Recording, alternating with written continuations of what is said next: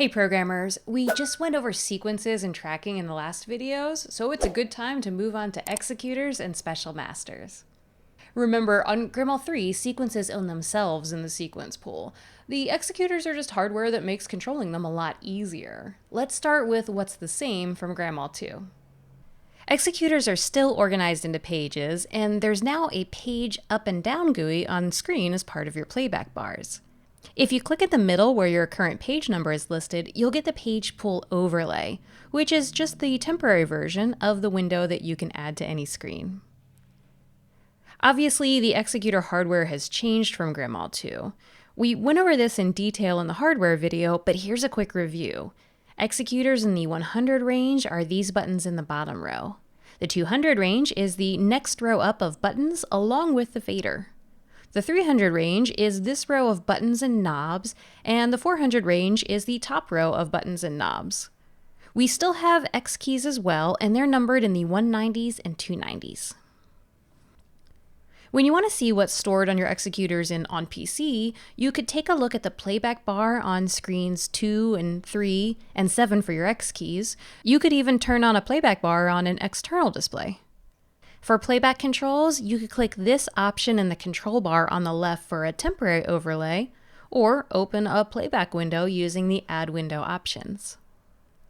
Also in the playback window, if you go into the Windows settings, you can specify if you only want to see certain rows of executors, and you can narrow down to just the labels or just the hardware executors. You can leave this set to automatically follow along with your currently selected page, or specify one. You can also specify that you want to see the playbacks of a certain wing. We already know that we can assign a sequence to an executor, and now that we've done that, let's look at the options for the hardware settings of this executor by either hitting the Assign key and touching the executor, or just clicking on it here on screen. The first tab, Object, is where we can change what's assigned to this hardware. A sequence, a group or world master, special master, maybe a speed master, or any of the options at the top like a view or a macro that you use often. Let's look at a couple of these options. We talked about group masters a little in the groups and grids video, but let's assign one here in this video. You can assign a group master to any type of executor, but you might find that putting these on a fader or a rotary knob easiest to work with. Group masters have 4 modes: positive, negative, scaling, and additive. You should remember 3 of them from Grimoire 2, but scaling is new. Unlike positive and negative that work in HTP or lowest takes precedence when you have overlapping fixtures and group masters, scaling doesn't care about whose executor value is higher or lower. Scaling always just scales your output. I like this option, and I think I'm going to get a lot of use out of it. In the Master tab, we've got special masters that are pretty familiar, like the general playback masters and the selected playback options. Still have speed masters, and under Grand, there are a couple of things to take a look at. We can set any executor as program time, but don't confuse this with program speed, which affects phasers running in the programmer. A lot of these options can already be found elsewhere on the console, like in the master controls or the special executors, or even in the playback bar, but it's nice that you can assign them elsewhere if it's more comfortable for you. Remember how there isn't a traditional fader for the Grandmaster? Well, here is a place where you can assign one. A couple of these options that I think are fun are the fader options for things like highlight and low light. Here, I'm able to make these modes variable with the faders. Same with the solo option. I'm basically crossfading in and out of solo mode here.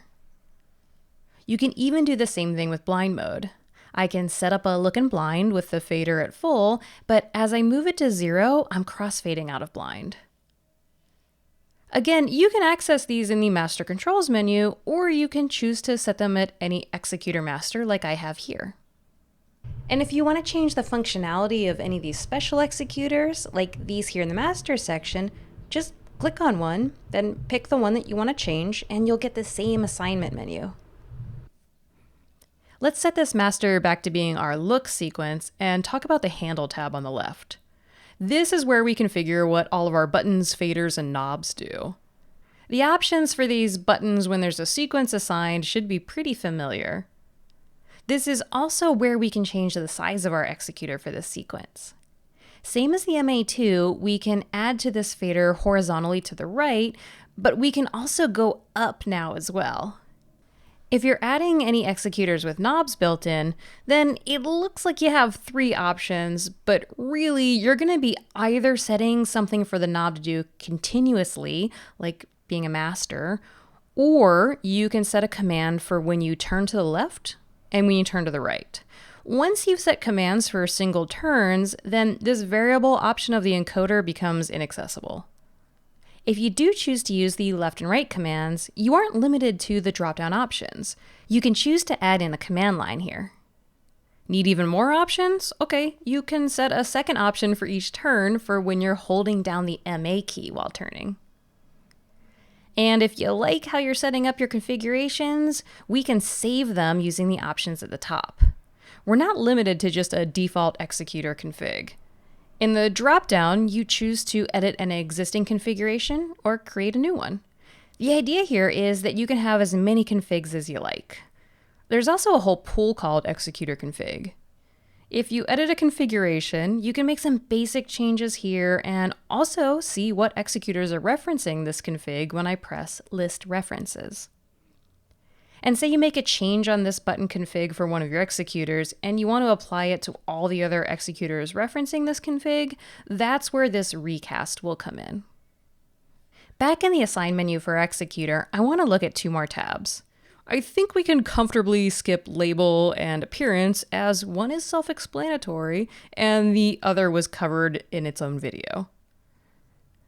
Since I have this executor set as sequence, when I hit edit, it's like the edit sequence shortcut of the MA2. I can also access settings for the sequence in the assignment menu, but it's more of a convenience. The settings of a sequence are not stored with the executor hardware like MA2. They live with the sequence. So these are the same options that we find when we hit the settings button in the sequence sheet. I think we've got playback pretty well handled now. So next time, let's start talking about presets. See you then.